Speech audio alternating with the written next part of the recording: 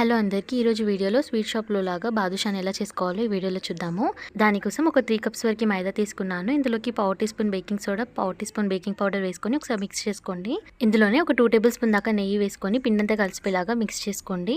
పిండి కన్సిస్టెన్సీ అనేది వీడియోలో చూపిస్తున్నట్టు ఇలా ఉండాలన్నమాట. ఇప్పుడు ఇందులోకి వాటర్ వేసుకొని చపాతీ పిండిలాగా కలుపుకొని ఒక 10 మినిట్స్ పాటు పక్కన పెట్టేసుకుందాము. ఇప్పుడు షుగర్ సిరప్ కోసం ఒక పాన్ పెట్టుకొని ఒక 2 కప్స్ దాకా షుగర్ వేసుకోండి. అందులోనే 2 కప్స్ దాకా వాటర్ వేసుకొని షుగర్ అంతా మెల్ట్ అయ్యేలాగా మిక్స్ చేసుకోవాలి. షుగర్ అంతా మెల్ట్ అయ్యాక ఇందులోకి ఇలాచి పౌడర్ వేసుకొని లేత తీగ పాకం వచ్చేలాగా మిక్స్ చేసుకొని పక్కన పెట్టేసుకోండి. ఇప్పుడు పిండిని ఇలా వీడియోలో చూపిస్తున్నట్టుగా మిక్స్ చేసుకోండి. ఇలా చేసుకోవడం వల్ల బాదుషా అనేది లేయర్స్ గా వస్తాయి అనమాట. వీడియోలో చూపిస్తున్నట్టు ఇలా కొంచెం పిండి తీసుకొని బాదుషాకి మధ్యలో ఇలా హోల్స్ చేసుకోవాలి.